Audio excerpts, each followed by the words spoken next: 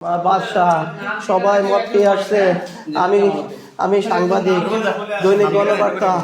আমার কাছে গোপন সূত্রে জানতে পারি যে কাশেম পাড়ায় ও ও ও আবার যুবদলের বিএনপি যুবদলের আরিফুল ইসলাম চৌধুরী বাদশাহ নেতৃত্বে 40-50 জন আমাকে উপর হামলা করছে। আমি সাংবাদিক জামাল উদ্দিন, দৈনিক গণবার্তা। আমি গোপন সূত্রে খবর পাই যে কেন্দ্র দখল করার জন্য বিএনপির লোকজন জাগিয়েছে। পরে আমি যাইয়া দেখি ওইখানে ওরা উচ্ছৃঙ্খল করতেছে। আমি যখন ভিডিও করতেছি আমাকে বলতেছে তুমি কে? আমি বলতেছি আমি সাংবাদিক। কয় সাংবাদিক মার কই আমাকে সবাই এবং মারতে মারতে জিরির খালের পাড়ে নিয়ে গেছে। পরে মায়েরা খালে ফালাই দে।